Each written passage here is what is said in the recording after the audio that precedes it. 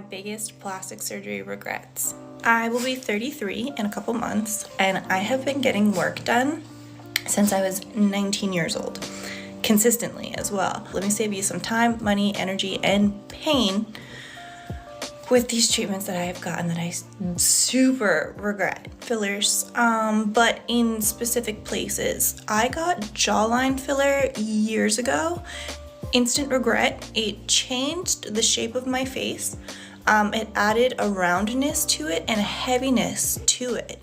And I have patiently been waiting like probably 5 years for these fillers to wear off. And I really feel like, especially here, I feel like this isn't even fat. I feel like it's still filler that is just coagulated in my jaw. Instant regret. Don't do jawline fillers. Under eye fillers, it's caused a lot of inflammation, and in certain lighting, my eyes are just like puffy underneath. You can see it in some of my videos, and I've gotten dissolved multiple times and it's still there. Breast implants, I've had saline and silicone, and they made me very ill with breast implant illness, and I was like nearing death until actually my audience told me you might have breast implant illness. Took out my implants, healed overnight.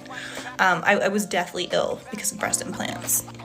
Next up, plasma pen. I got plasma pen underneath and around my eyes, just my entire eye area, and it left permanent scars. It looks like freckles now because it's faded so much, but I'm still actively getting treatments to reduce the scarring around my eyes. Luckily, everything else has been pretty great, so check out my beauty treatments playlist for the things that I actually do like. Oh, my body did not reject the breast implants. I was poisoned by them because the chemicals in the silicone leaked into my body. Because think about it, your body temperature is like 98 degrees, right? So you have this silicone bubble in you, basically cooking at low temperature for a decade. So yeah, my body didn't like reject them as a foreign object. I was just poisoned by my titties. I know that we have all seen those perfect filtered results on social media, but what happens when things don't go as planned?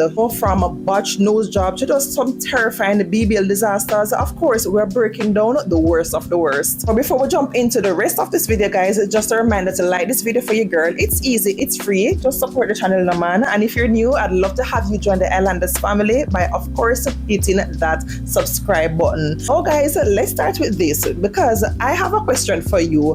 Have you ever seen a plastic surgery fail that just shocked you? Maybe a celebrity who looked so amazing before but then completely different after, or someone who just had too much work done, they don't even look like human anymore. Plastic surgery is supposed to be about enhancing beauty, but when it goes wrong, let me just tell you, it can just destroy someone's appearance altogether, and even their health, and worse, their life. Guys, let's get into it and start with one of the most common and riskiest surgeries, of course, which is the nose job. So I've been keeping a little secret. Not really. I've just been hiding because my nose has been doing a weird thing. So a few years ago, I had a rhinoplasty. Didn't like it. Had to go back to do a revision. Shortly after, I would get hints of this foul odor. No redness, just at times I would smell this god-awful smell until the redness showed up. Went to the ER, gave me an antibiotic, told me to follow up with the ENT. It took 2 months to get in. Once I did the CT scan, they found out that I have a foreign object that was left in my nose during my surgery. Now I have to have a new surgery. Dang, that is a nasal implant. 4 reasons I don't like nasal implants. Number 1, a lot of scarring. Number 2, they can become malpositioned or move around. Number 3, they can get horribly infected. And number 4, they can erode through the skin and cause extrusion.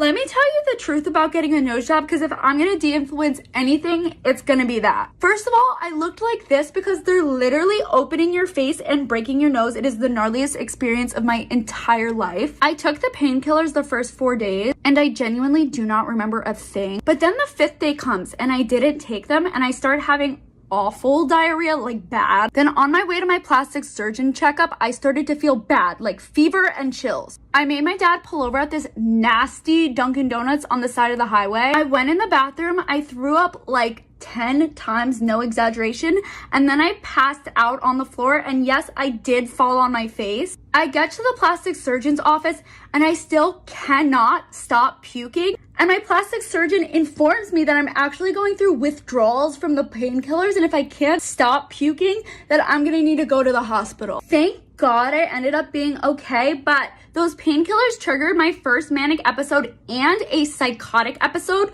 that led to me getting diagnosed with bipolar disorder. Also, it doesn't magically fix your insecurities. Want to hear something crazy? I'm actually still insecure about my nose. The reason I feel like I have a good side and a bad side is because my nose looks softer from this angle, which I like, and then sharper for this angle, which I don't like, and I feel like it's crooked and asymmetrical, and I always go this way in picture. It straight up did not fix my deviated septum either. I have a cyst in this side of my sinus, and my deviated septum on this side is so bad that an ENT actually cannot fit a camera up my nose to look at it. Like, I probably need a second nose job. I used to get chronic nosebleeds my whole life before my nose job, and in the 8.5 years since I've had it, I haven't had a single one. That probably sounds like a good thing, but I don't know, it just feels suspicious. And listen, obviously not everyone has an experience as bad as mine, and I'm so lucky that in spite of all of that, it still looks so good. And I would be a hypocrite to tell you not to get one, because it's your body just like it was my body. But what I want you to consider is that this is a serious, invasive, permanent surgery. It is not glamorous, and I highly recommend therapy before you make any permanent decisions like that. Now here's the whole look. I love you guys. Take care. I got a nose job. It's interesting, actually. My nose was one of the only things that I really felt truly confident in, on my face, about my face, whatever. Forever, like since the day I was born, my dad was always like, oh, my little child with like a ski slope nose, like a cute little like slope, a little boop at the end. Like my nose used to look like this. And then I started dating a loser in 2017, and I went to one of his shows one time, and one of his dumbass friends literally kicked me in the face in a mosh pit of like 6 people total. If you're gonna ask me how that happened, I don't know. I don't know. So anyway, I had to get a nose job, and it kind of has the bump from this angle, but from this angle it's completely straight, and this little bump, this little like nobular thing on the end of my nose, you can see on this side it's still curved. It used to be like that all the way around, but now it's only on just one side because my nose was broken into a million different pieces and shattered inside of my skull, and then they had to put it back together. You're probably like, Penny, like even if you didn't love your nose before, like isn't it kind of nice to just like have a new nose, like get whatever you want done to it? And to that I would say no, actually, because the surgeon asked me, he was like, before I put you under, is there anything about your nose that you want me to change? And I said, specifically, and I quote, no. Just put my shit back on my face. I said I want it exactly the way that it was before this happened. Before the break, I want the same structure on all parts of my nose. I want it the same. Just put my shit back. This was also one of the top hospitals in the country, specifically for surgery. I was lucky enough to go to college in a town that that hospital randomly was there. This happened while I was at college, duh. So I told one of the best surgeons to make my nose exactly how it was, and he did not. He definitely did not. He failed. he failed actually, and I feel like he probably ignored me and wanted to like make my nose straighter to make it look better, because my nose is so being straight. It was never like that before. So even if you ask for everything that you want, you still might not get it. So I recommend trying to love your nose before you go ahead and pay thousands of dollars to try and change it, because it might not look the same. I got like a half botched, half okay nose job in 2018, and I want to talk about it. Okay, so here is side profile before. The only thing I wanted to fix was this bump, and I came out with a completely different nose. So this is after. I'll show you the front. That's where it changed shit up. Here's another little angle from the front before, and then from the front after. Okay, now my nose from the front is completely crooked. It's just like completely slanted. My tip is drooping and the sides of my nose are like up. This nostril is completely exposed, something that it wasn't before. This nostril is completely different and my nose is just like facing this way now. I also have like divots in my nose up here and I have a ball of cartilage in my nose. All shit that wasn't there before the nose job. I'm kind of just making this video to give you guys advice if you're looking to get a nose job. Do your fucking research and remember that, you know, you're changing your whole face. It's really scary and it changes. Like my nose has changed so much over the 3 years. I hate it. I'm looking to get a revision rhinoplasty. I have no idea where to go. So if you have any good doctors below, let me know. Like I fucking my nose now. Like what is this? Like what is that? Like what the if you're going to get a nose job, do your research, do some detective find patients that they've had and then ask them. Go in with a list of specific details, things that you want, things that you don't want. That's something I didn't do, something that I should have done. You're the one paying. It's your face. Do not let the doctor just take control and do whatever he wants. That's what I did and hate my nose. If you have any other questions, let me know. I'll answer them. Just be careful because it's a really big decision and there's no turning back once you get the surgery. We all know that nose jobs can be life-changing. We have seen them. I'm not sure if you know, it is one of the most dangerous cosmetic procedures, well, followed by the BBL. We're going to get into that. One bad cut and then suddenly you can't breathe properly, your nose collapses, or you just end up with a shape that just does not fit your face. I know we have all seen those celebrities, you know, because you know them start with the thing. Those are from natural beauty to just looking like, well, unrecognizable after too many nose jobs. You just don't know who you're looking at. And I'm going to draw for the famous, you know, don't come for me too hard in the comment section, but Michael Jackson, you know, his nose kept getting smaller and thinner to the point where it was barely there. And let's not forget that these nose jobs makes people nostril looks uneven or give them a permanently pinched look, you know, that pointy look.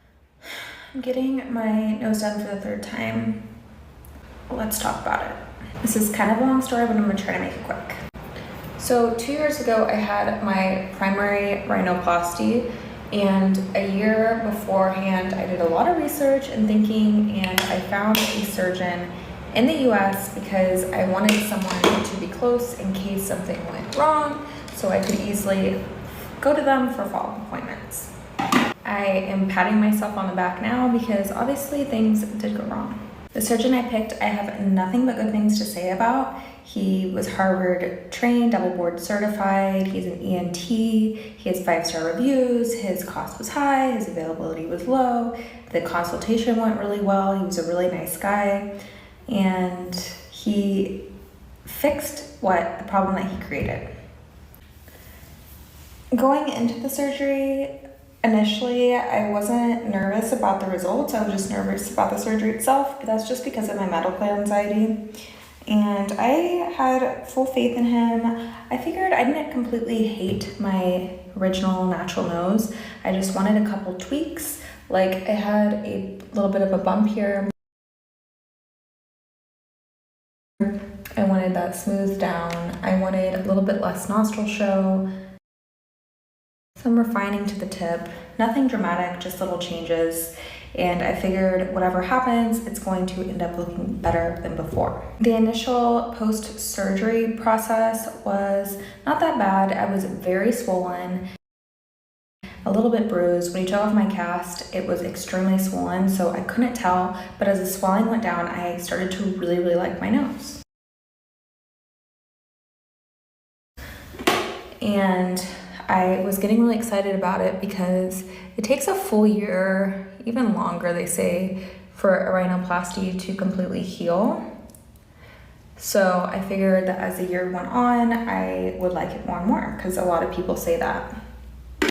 However, as the year went on, I started liking it less and less, and more problems started becoming uncovered as the swelling went down. So my nose looked completely crooked, and in some lighting, it looked very dramatically crooked, like curved from the front.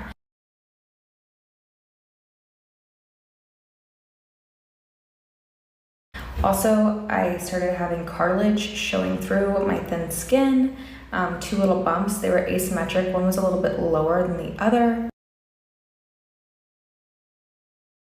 And we went in and talked about these issues. He did some steroid shots to try to help with the swelling to see if that would do anything. And eventually we decided that the way to correct it would have to be another surgery. He offered to do the surgery for me. All I would have to pay is for anesthesia, and he was very confident about it. In fact, we did it in office instead of at the surgery center that I had my initial surgery at. And I don't know, it seemed like it was an easy fix, and I do think that he fixed the problem. So what he did is he took some fascia from my ear, kind of cover and kind of refine the tip area. And I'm not exactly sure what all he did, but it did fix the way it was looking really curved, and it fixed the show of the cartilage. And it does look pretty nice. My husband always points out that this nostril looks slightly bigger than the other, and I do agree, but it doesn't bother me that much.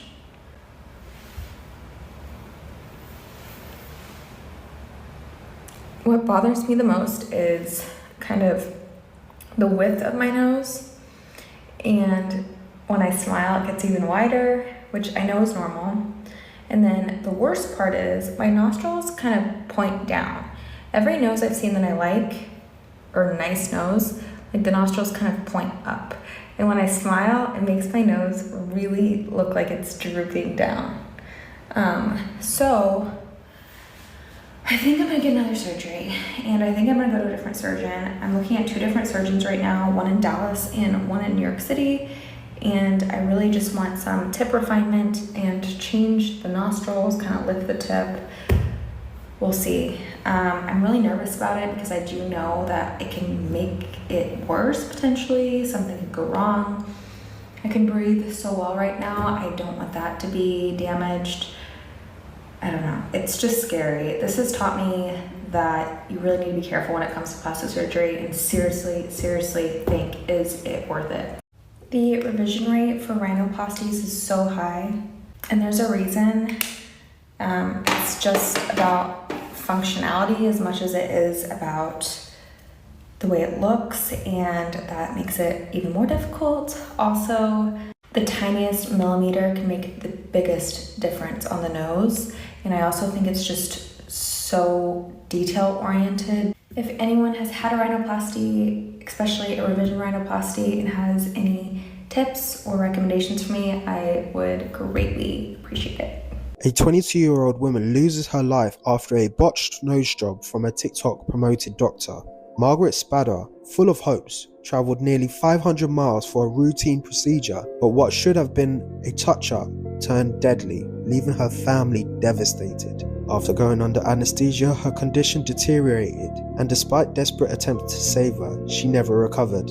Her family is now demanding answers and justice. This is a stark reminder of real dangers behind social media promoted cosmetic surgeries.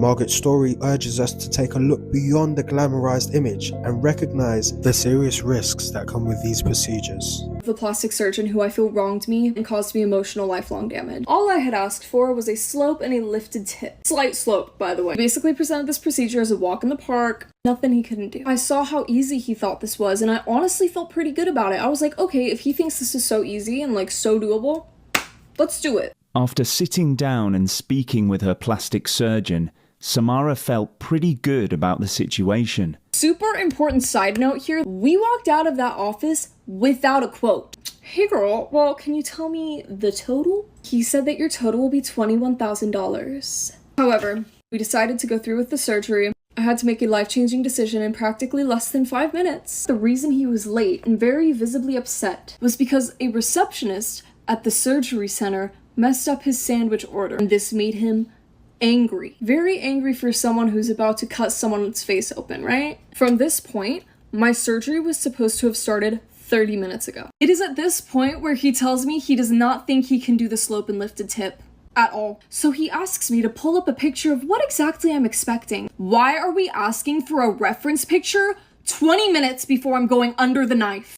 Me know, would you rather live with a slightly crooked nose, or would you risk getting a nose job that turned out horribly? British mum has died after having a Brazilian butt lift in Turkey, and when her body was examined by a UK coroner, large parts of her brain, heart and lungs were allegedly missing. Cadell Brown and her sister Leanne both travelled to Turkey for a tummy tuck, boob job and Brazilian butt lift, costing them £5,400 each. But before Leanne went into surgery, she was told her sister had died, with staff believing fat had travelled to her lungs. Leanne was refused access to Cadell's body and flown home with a refund. It's since been revealed that a UK coroner found large parts of her organs were missing. The clinic responded saying they handed her back untouched, and it's highly possible parts were removed while trying to determine the cause of death. A GoFundMe page has been set up to raise money for her 2 children. According to the Foreign Office, 28 Brits have died as a result of cosmetic surgery in Turkey since 2019. There was supposed to be a package of 2 nights in the hospital and then back to the hotel for the remainder. And they threw me out after the first night. And this was 11 o'clock in the morning. And I'm asking, what time's the transfer come to me to take me to the hotel? 4. Well, where do I go? Just sit in reception. And I'm like, but I can't sit down. So... Sorry, what had been... Sorry, at this stage, you'd been completely opened up here and stitched up right across your front? At this point, I didn't know that they had done the BBL on me. You didn't know anything about... No. What's a BBL? A BBL is when they take fat from parts of your body and inject it into your bum. And it's the most dangerous cosmetic procedure it can be done because it can go straight into veins and cause an embolism in your heart, I think. Am I correct? Yes, that's correct. And you never asked for that? I didn't ask for it. I didn't find out that that happened to me until the 3rd day. I didn't know why I couldn't sit down. I'm on the phone. I'm trying to speak to people. Please help me. I'm in serious pain. And when I went to see the surgeon, he went, bum fat injections. And I was like, what? I had no clue that that had even happened to me. And I don't even have a bum to speak of after it anyway, so it was for nothing. Plastic surgery. I'm getting my surgery with Dr. Mabiniskis. I'm getting my BBL round 2. I'm getting HD lipo and arm lipo. And I'm also getting J plasma. I'm super excited. His energy is so well. The office staff is super nice. They made me feel super comfortable. I am just happy that I'm going with Ivana, and I know that this is going to be the best. I can't wait to see my results. We will be in Miami, Florida, where 2 sisters from Las Vegas went for cosmetic surgery in March of 2025. 28-year-old Amonique Miller and her 19-year-old sister, Kiera Barnes, were super excited about the journey they were about to take and decided to document the process for everyone to see. The footage they captured started before they left Vegas and all the way until their procedures in Miami. This was going to be the first surgery for 19-year-old Kiera, but her 28-year-old sister Amonique, who also went by Scarlett or Big Scar, had already been under the knife and decided that she wanted to do more. Coming up, Scar was raised in San Diego area of California, where she was a West Coast lyricist, and that is when she adopted the stage name Scarlett as a teen. However, she moved on from music being her main priority, and as an adult, she was a serial entrepreneur, earning her certificate in body contouring while dabbling in other business ventures. It was literally by any means necessary for Scar to live a life full of her heart's desires and to give her daughter everything plus more. So when her daughter turned 1, she decided that she wanted to get a second BBL plus some other procedures to her body. This is their video journal of what was supposed to be a happy time for them, but within 2 days, things would turn bad quickly. I'm sad I gotta leave my stinky though. Give me a kiss. Give me a kiss. Thank you. Mommy be back. We'll be calling you every day. So me and my sister got these cute little sweatsuits from Pink, you know, real BMF vibes, real I see the big chain to throw on like how they was back in the day. You feel me? My sister got the pink one and it's so cute. So cute. Pink did they big one with these. It's real cute, real flowy for our trip to Miami. So I'm headed to the airport to get my surgery. My sister's pre-op is tomorrow. Mine is the next day. So we're gonna be vlogging. I'm getting my BBL round 2 lipo 360, ab etching, and arm lipo. So stay tuned. And yeah, I'm gonna eat you up. Hey y'all. Hi guys. So our flight leaves at 9:25. It's currently 7 o'clock. The little pink BMF outfits for the airport. What? Who you? 20K? 20K in surgery? Within 2 weeks? Real sisters? I don't know. Surgery's paid off. Recovery home's paid off. All that salads, so I could meet the BMI requirements. I need to detox, eat salads, and drink lots of water. So we finally arrived in Miami. The flight was not long at all. By the time I woke up, we were landing. We are on our way to the recovery home. Well, we made it to Keela's recovery home. It's so bomb. So cute. Fully stocked on everything that you need. This is me and my sister's room. She'll be in the recliner because she's getting the tummy tuck and BBL, so she can't be laying down. And then this is, like I said, Keela came correct. She got our fajas, she got our foams, she got our lipo board, she got our BBL pillow. I definitely recommend Keela's recovery home. Like, this is so tea. So tea. Hey guys, so I am running on 30, That coffee puts you to sleep. 30 minutes of sleep. I thought I was gonna be up with that little coffee, but we are on our way to Avana for my sister's pre-op. And I'm a little delusional, but it's gonna be alright. It's gonna be alright. I'm gonna make it through this. Okay, so update. I am currently waiting for my little sister to get out of surgery because her surgery is today and mine's tomorrow. So she gets out at 8:30, and then I'm gonna get dressed because I'm gonna be there when my baby get out. I'm like having the most anxiety. I'm not even supposed to be drinking coffee before my surgery, but I don't care. I'm having anxiety, and I'm just, her surgery goes extremely well. And yeah, so just stay tuned. I did record some videos before she left, and the full blog and TikTok will be up in a couple days. So I just finished my pre-op.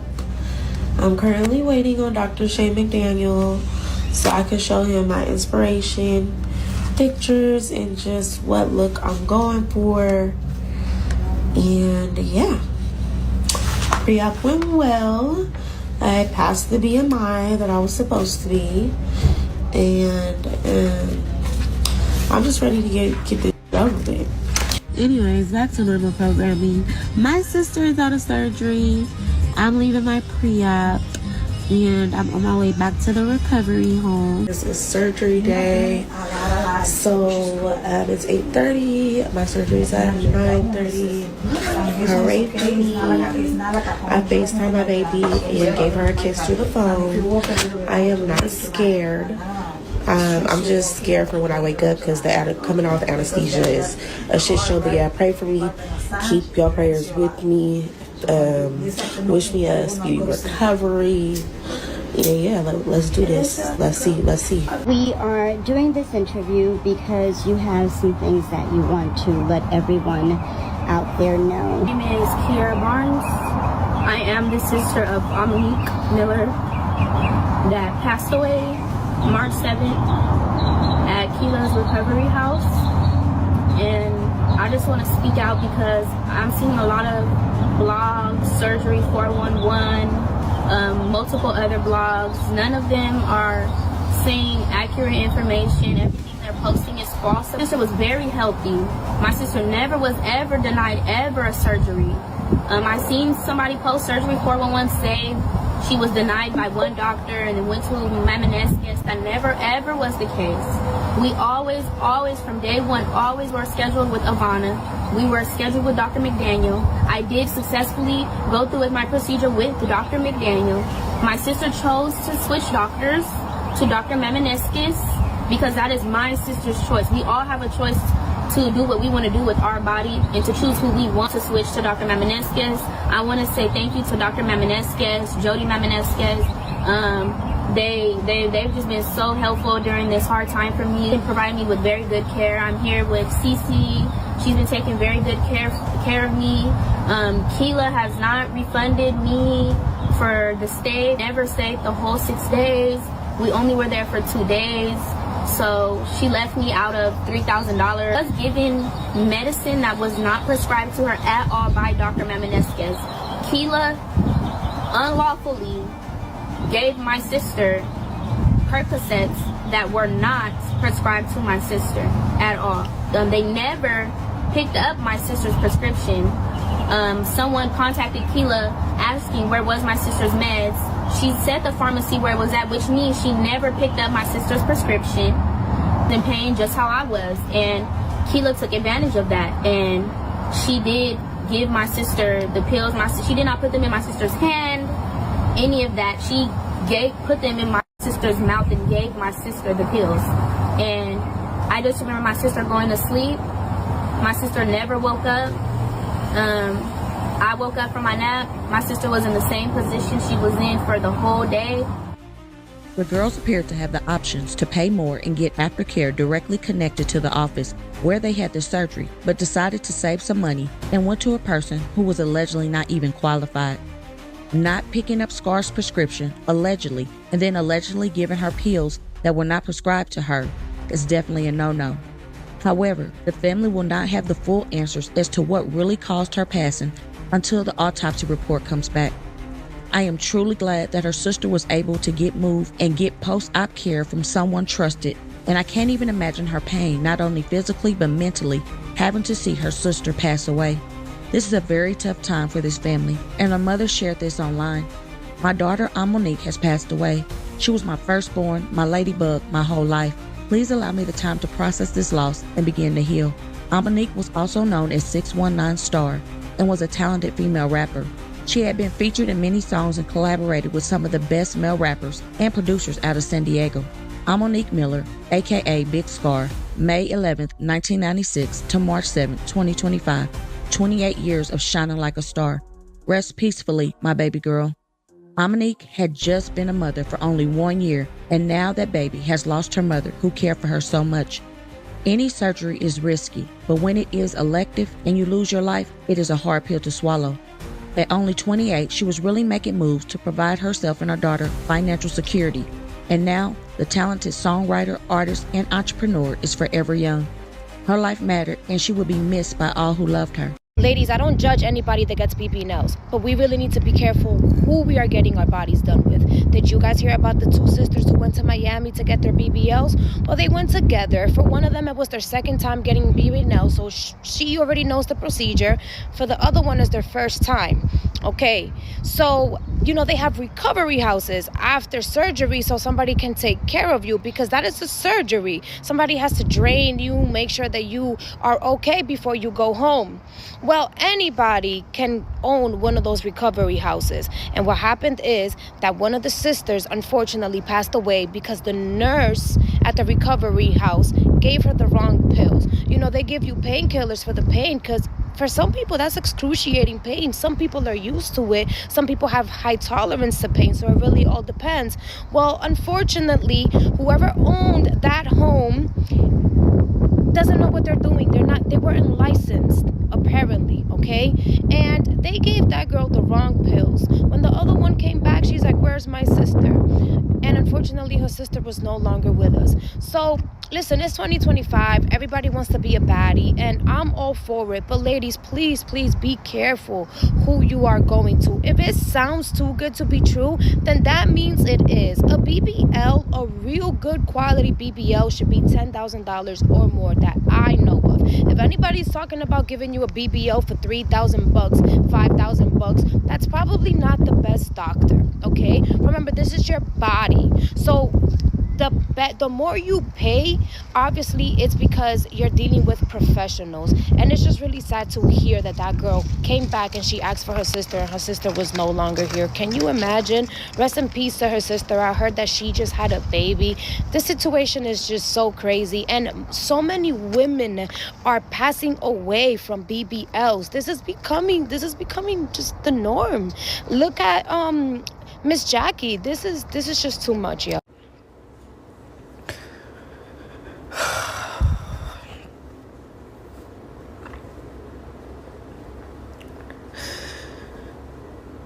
So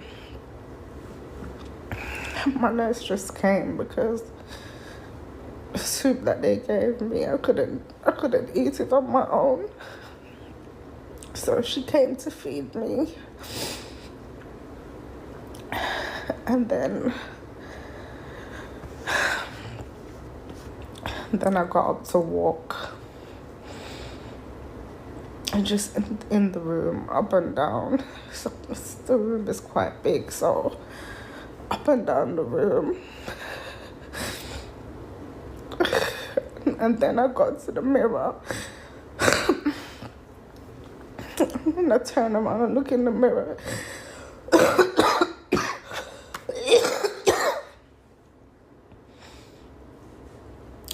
When I turned around and looked in the mirror, yeah, everything looks the same to me.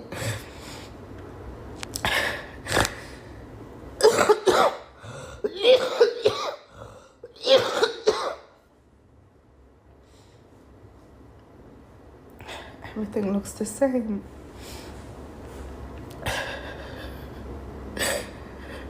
Everything looks the same. It didn't look no different from how I came in.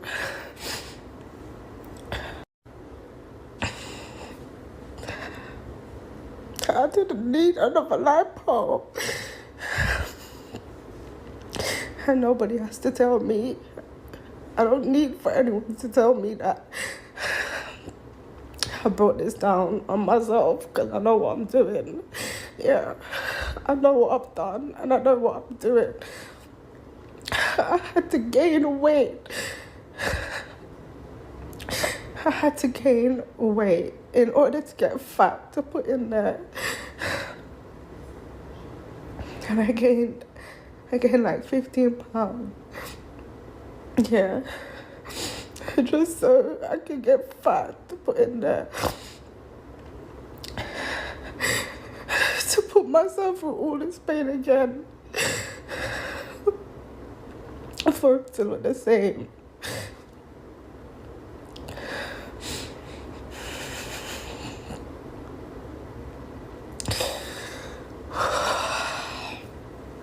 I'm not looking for sympathy from no one, because as I said, I know what I'm doing, but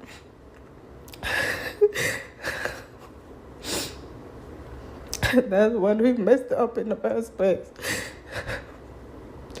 And I specifically asked for a doctor who could fix it, for a doctor who could fix the problem.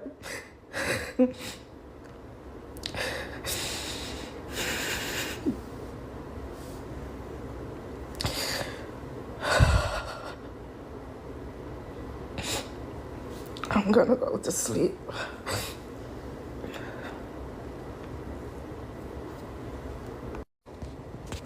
I didn't get my surgery for free.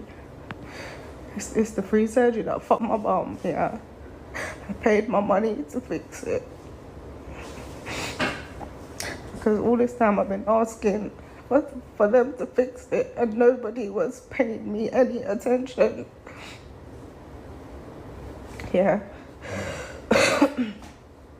And no one was paying me no attention when it comes to fixing it. I only got responded to when I messaged a doctor directly. You know, everybody works together, so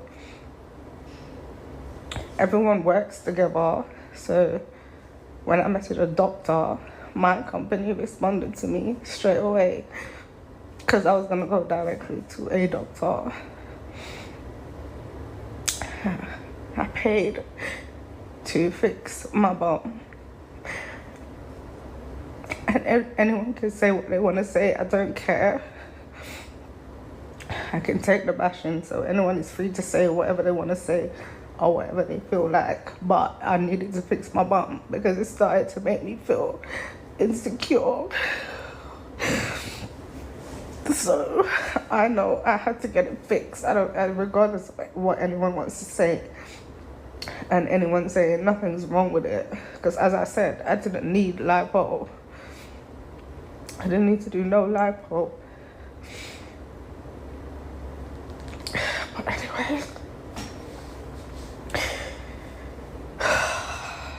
anyways, I guess God is telling me something to leave it. But as I said, I didn't born with my bum like that.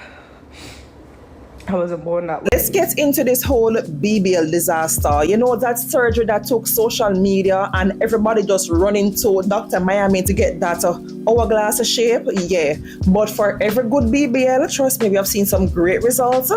There's a horror story, and some people end up with botched, lumpy, and just downright dangerous results. And I alluded to before, some even led to you know what. Okay, new theory unlocked. Woman goes to the Dominican Republic for a Brazilian butt lift, finds herself without a kidney. What? Excuse me? So according to the article, she went to the Dominican Republic to get a tummy tuck, liposuction, and Brazilian butt lift, all for the cost of $3,500 US. After returning to the States, she wasn't feeling good. She was complaining body aches, headaches, etc. So she went for a checkup. So during this checkup, they was asking her questions, and they had asked her, did she have surgery recently? And she said, yeah.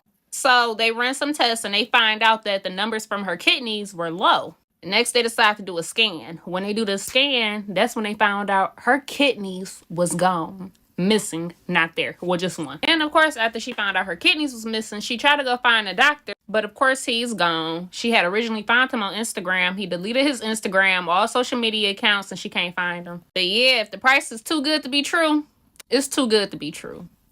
So this year I'm going to try and shrink my BBL naturally, and I'm going to try and document it.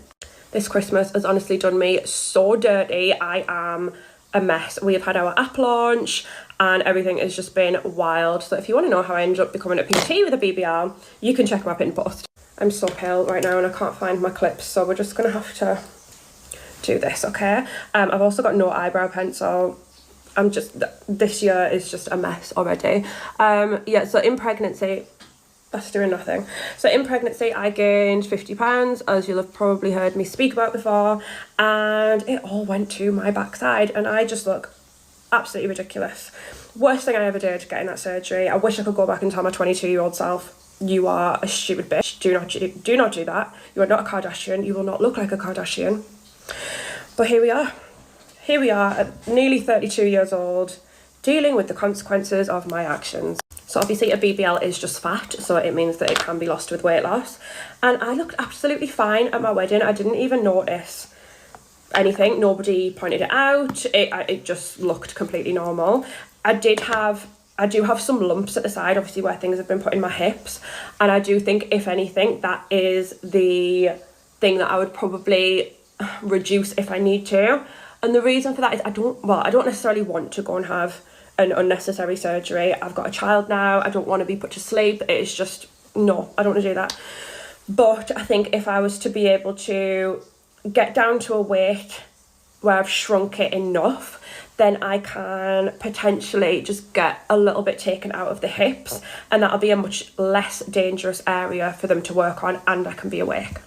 So I've probably lost around about 40 pounds since giving birth, which is crazy. I'm only 5'3", and I've probably got another 20 to go, if I'm honest, to get this, the ears out, to get this to a point of where it looks normal. Actually, that's probably about maybe 15 pounds away from looking semi-normal. But yeah, once I've actually got down to my regular, a little bit under my regular weight, then we can reevaluate and see if the surgery is going to be necessary. I just want to avoid surgery at all costs, and obviously I'm being trolled on my appearance quite regularly, and it is quite obvious that, you know, this doesn't look normal at the moment, but I don't just want to jump into surgery just because other people are trolling me for the way that I look, because this is how I ended up here in the first place. So I don't know if you would find this interesting or is something you want to see. Let me know. My bum did actually get up to like 50 inches in pregnancy, and it is now, I think I got it back down to 45 at the moment. I know that around about my wedding it was 41, so let's see if we can get there. I definitely can say now that I regret having a BBL. I think that the career path that I've chosen to take, it just... I actually regret getting my BBL sometimes. I got a BBL back in 2021 in the middle of the pandemic, and the reason why I say I hate it sometimes is because the way that it's shaped, the way that it's shaped is a little, I don't know.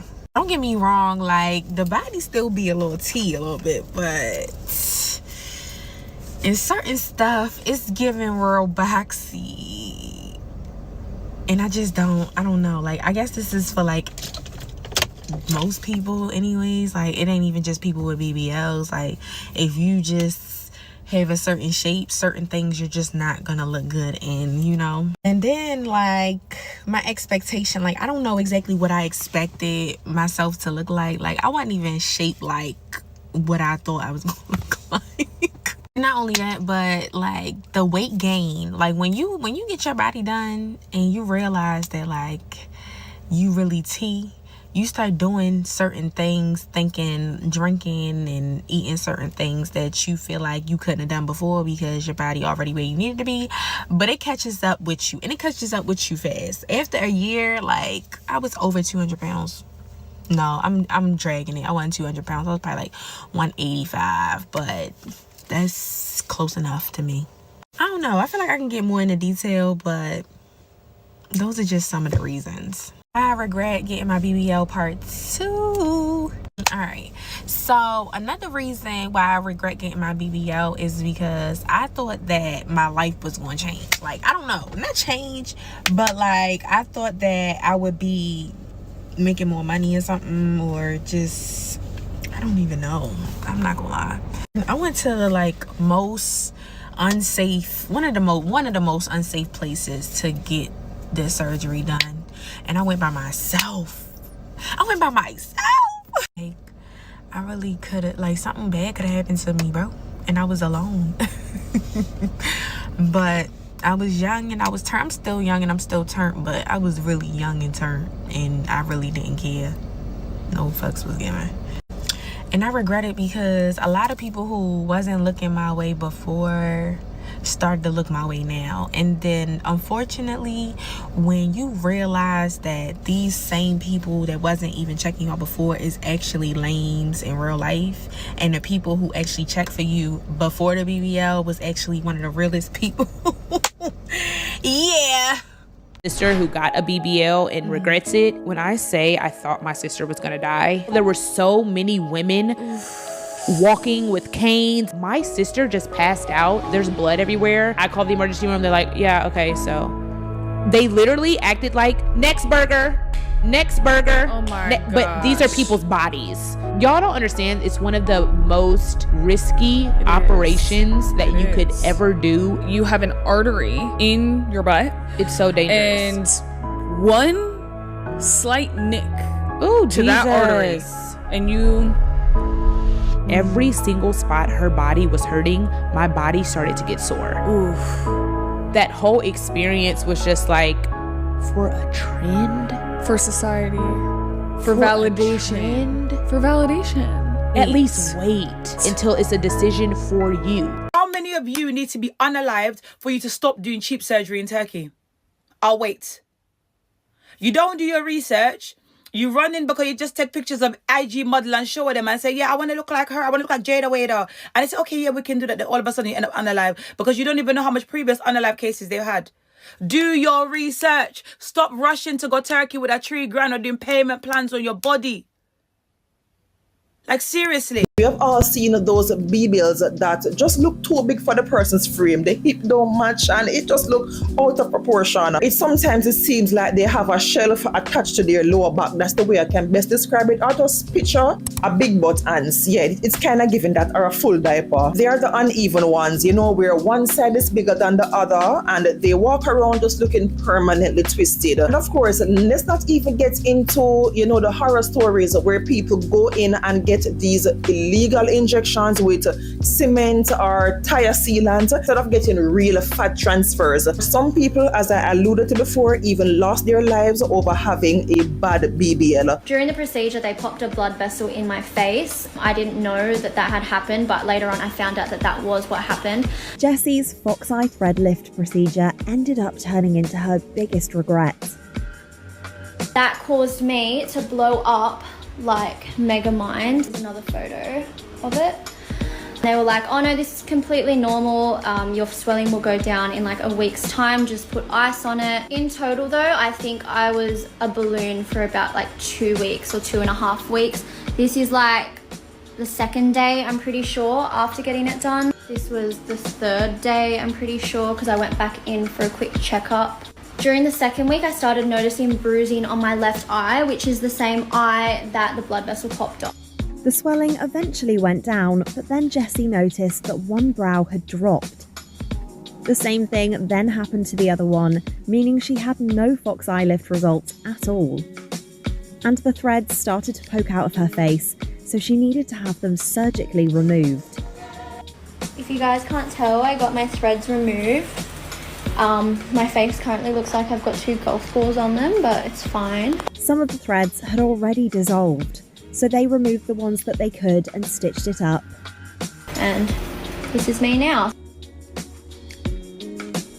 So my fox eye thread has turned blackish, which is very concerning. So I have come to my cosmetic surgeon, which I thought I was never going to come back to again. And he's going to have a look at my threads and hopefully let me know what's happening. He put a steroid injection into the area. I think that lightens the scar and also helps with how the scar is currently progressing. So it's been a couple of days since I got the steroid injection, and from what I've noticed, it's taken away all of the inflammation. So it was a bit like out before, and now it's kind of like sunken in. It's almost like there's an indent in my head now. Also notice the colour is turning back to more of a reddish colour rather than a black colour. I don't know if it will go away because it's been like a month or so now, I think, and nothing's changed, but I'm just hoping over time it does. People have been saying that it looks like necrosis or like these other conditions happening on the thread, but the doctor has said that it isn't anything major or serious. It's just a scar. There's no pain or anything there. It's literally like I could press on it as hard as I wanted and it doesn't hurt or anything like that. So yeah, I don't think there's too much to worry about in that sense. Let's talk about the facelifts, because the facelifts are supposed to make people, you know, look younger and have that youthful appearance, but sometimes they do the exact opposite. Have you ever seen someone with a facelift that just left them looking like permanently surprised? Or those extreme cases where the skin just looks so tight as if that they're constantly fighting a strong wind? Yeah, you know me I talk about it, just look all the way back. And already thinking about getting a facelift, let me stop you before you make the worst decision of your life. People are coming into my practice asking me if they need to get a facelift at 33, 35, 36, and I'm about to lose it, yo. And don't be fooled. They're marketing it as a mini facelift. A mini facelift is still a facelift. It doesn't matter if you're just cutting from here, or if you're cutting from here, or if you're also cutting from here. You're still getting a facelift. As a cosmetic dermatologist, you should not be thinking of your face in the now, but rather you should be thinking of your face in the how it is going to age, i.e. the journey ahead, because you only have one face, and unfortunately or fortunately for you, you gotta live with it. And if a facelift has a 8 to 10 year lifespan, which by the way, you still need to maintain, if you do it at 35, hypothetically, are you gonna do it at 45, 55, and then 65? What the hell are you gonna look like by the time you hit 70? You only have so much skin, number one. But each time you get a facelift, your face is going to shrink. They take out some of that tissue underneath the surface of your skin. And on top of it, your bone structure is also shrinking. So as you get older and you get tighter and you get wider and you get pulled, what are we going to look like in our 70s? Some version of that. And trust when I say, doing it too early and with the wrong person will be the worst mistake of your life, because you only have one chance to do it, just like losing your virginity. Let me know if you got any questions below. I regret shrinking my face in Korea. So I got 2 face shrinking procedures when I went to Korea last year called Ultherapy and InMode. In America, they're not advertised as shrinking treatments, but they're kind of used that way in Korea. And they're both non-invasive treatments that lift and slim your face. So when I was in Korea last year, I got very excited and I got 2 of these treatments within 3 weeks of each other. And I think that's where I messed up, because this is me before and this is me 4 months after the treatments. You can kind of see the difference throughout my videos, but it's very noticeable in person. People tell me my face looks smaller. And on top of that, because they only did the treatment from the eye down, the bottom half of my face shrunk, and now my forehead looks bigger in proportion. So just take this as a cautionary tale. I don't think these treatments are bad. I actually think they can be beneficial. But I also understand that when you're in Korea, there are clinics everywhere. Everything is more affordable. It can be so easy to get carried away and just do a bunch of stuff. Don't. Please, take each treatment slowly and see how it affects your face. While doing my research, I realized that one of the worst things that can happen with a facelift is it ages you instead of you looking more refreshed. It works in reverse. Some people end up looking entirely different, and yet celebrities and the regular people nowadays, because it has become so accessible, they keep going back, and some have even had their face looking frozen and stretched. Do you think that people are getting addicted to these facelifts, that some people are so unrecognizable, and do you think that they have gone too far? Of course, sound off in the comments below. Ladies, I'm going on my 4th breast surgery in less than 2 years. I'm emotionally exhausted, so sit back, grab a drink, and let me tell you a little story. I first got my breast done, 485 cc's, saline, and this was probably in like 2007. One day I literally woke up and I was like, you know what? I want them bigger and I want silicone. So I scheduled the surgery and completely flipped, and you could tell it just looked so weird.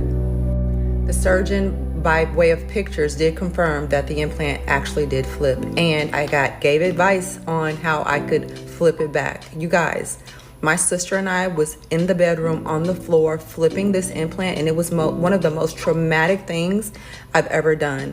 I will tell you about the most traumatic thing that I've done in this story time. So, breast implant flipped back to the right side. I went on about my day and my trip, and everything was fine. And then it started to come back. It was almost like the trauma of the boob flipping and me flipping it back caused my capsular contracture to come back. So a month involved, and you always, I know that I did this, you always hear them telling you these things, but you don't think it can happen to you until it does. Another thing is capsular contracture, they will have you think, oh, it's just a very small percentage of women that this happens to, and it's not true. It's not true. I just wanted to share, ladies, stop doing the most like I did. Learn from me and learn from my mistakes. And if it's not broke, don't fix it. Just leave it alone. I removed my breast implants, and if you want to know why, keep watching. I had 525 cc's gummy bear implants, and I had them for about 2 years and 9 months. I got them done here in Houston, and I removed them here in Houston, but not with the same surgeon. So it all started with me having problems with just my right breast. It started as anxiety. I would feel like I wouldn't have a bra on, and I would feel a lot of pressure just on this one, which wasn't a very good feeling. I would feel heat. I would feel a lot of stabbing pains on it. If I would sleep on my chest, my arm would go to sleep. My back was killing me. I could not sleep through the night. I would toss and turn all night. I was going to the gym at the time. I was going every single day. So, I mean, I was healthy probably. I was even eating healthier than I normally would have been. And that was some of the first symptoms. Then I went to Cancun for my birthday. I came back. 2 days later, I was super sunburned and I felt 2 bumps on my right breast. I immediately booked an appointment with an OB and they did an ultrasound. They said that they had found 2 nodules.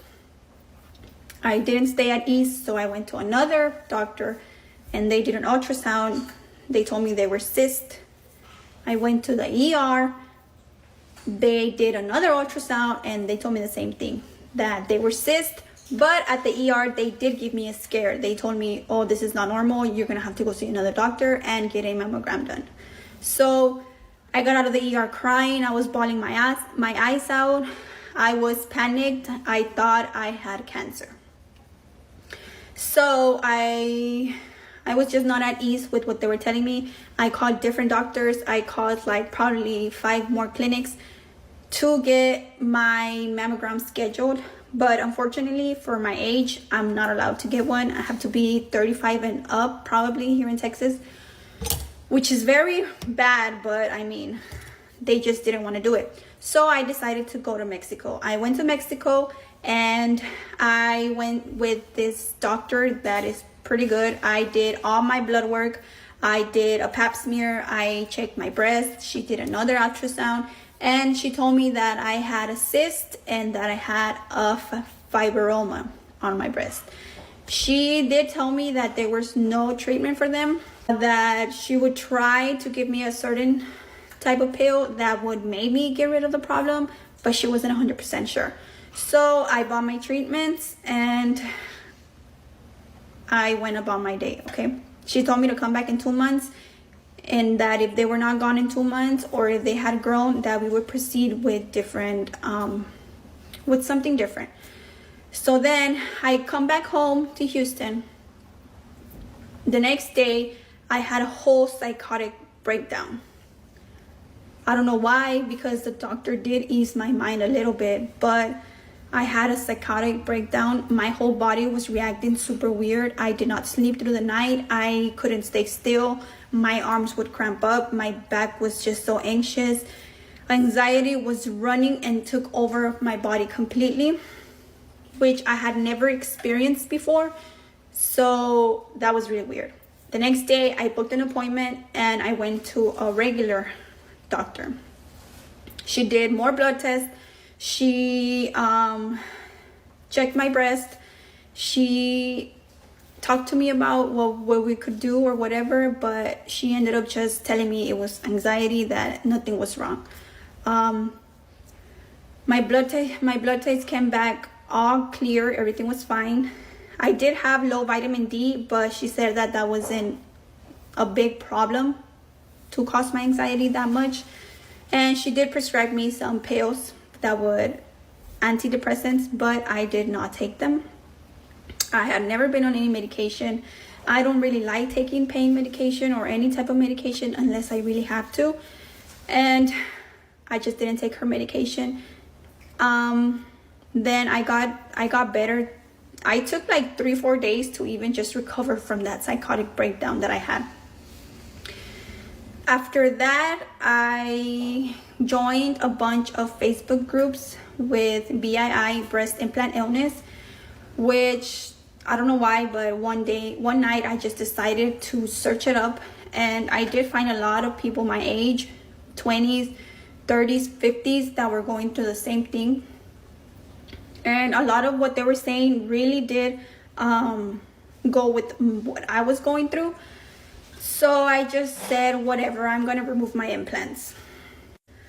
I booked about 4 consultations with 4 different doctors, and one of them really sold me the surgery. The other ones were not very, I mean, they're good surgeons, but didn't really fit to what I wanted.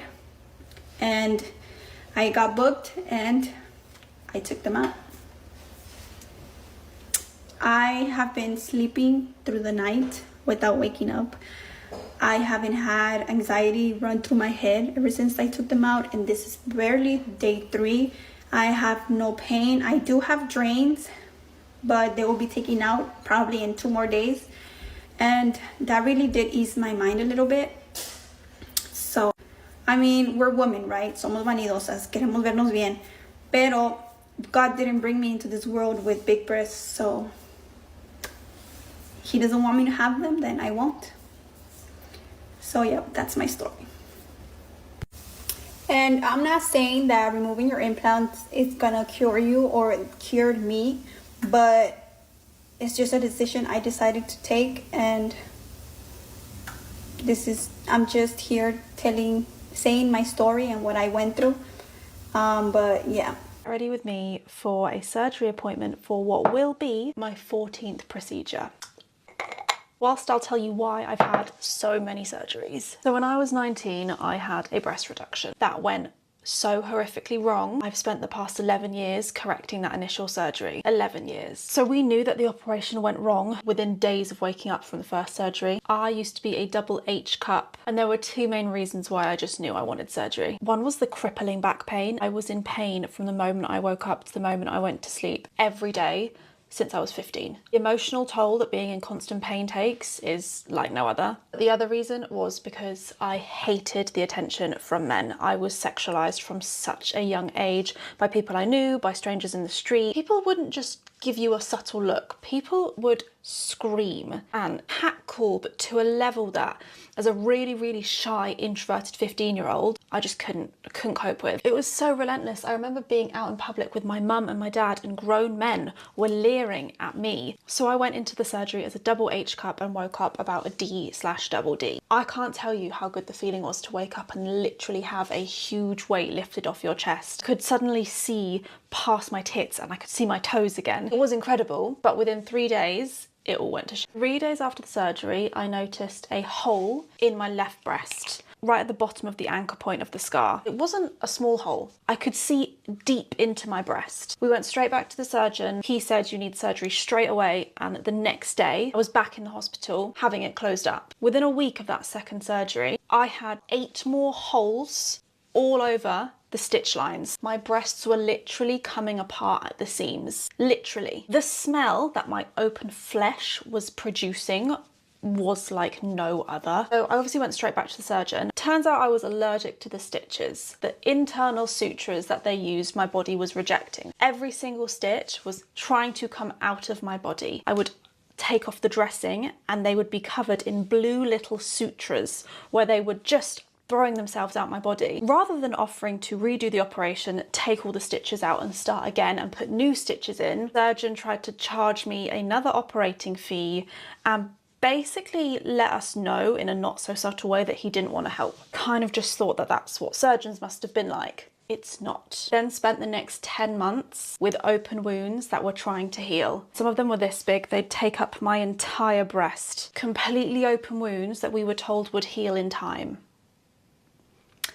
It took nearly a year. And as you can imagine, the scars were huge. Most of my breast was now taken up by scar tissue, extremely aggressive keloid scars. Some of them were nearly black. So an entire year after my surgery, my wounds had finally closed and I wasn't having to reapply fresh dressings every week. I couldn't have a bath for a year.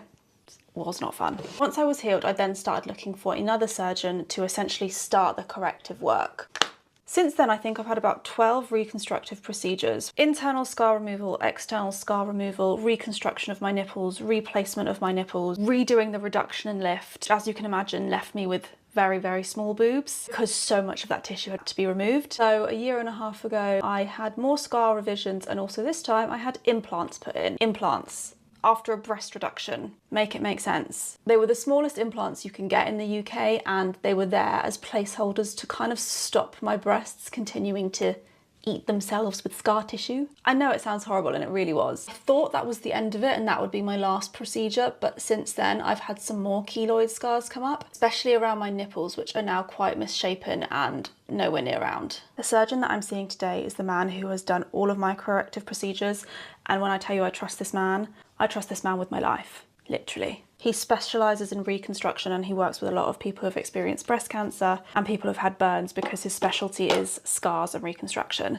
And although I am neither of those things, that's the type of reconstruction that I've been having. Needless to say, it has been a process, and when I first got a breast reduction, there is no way I thought that I'd be having operations over 10 years later to correct the initial operation. With that being said, I still don't regret my decision. It was still the best thing that I decided to do for myself. If you are considering a reduction, I would still recommend it, and I still think it's one of the most freeing things I did. Right, let's go see this surgeon, find out what the next plan is.